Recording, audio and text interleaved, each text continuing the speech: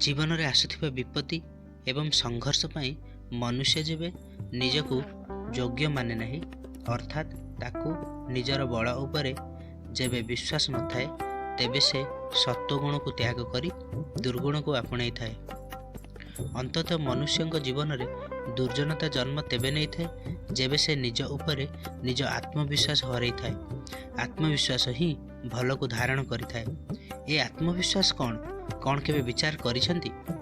जेबे मनुष्य यह मानि निए कि जीवनर संघर्षता को दुर्बल बनई थाए तेबे से संघर्ष पाखक न जाई संघर्षरु दूरेई जीवा पई प्रयास करिथाए।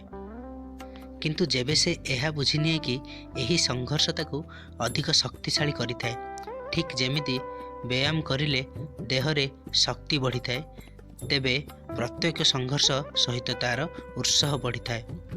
अर्थात आत्मविश्वास बिना आउ किछि भी नाही। मनर स्थिति जीवन को देखिबार दृष्टिकोण मात्र, एवं जीवनर दृष्टिकोण तो केवल मनीषर निज अधीन रही थाए। कौन सत कहली? स्वयं विचार करंतु।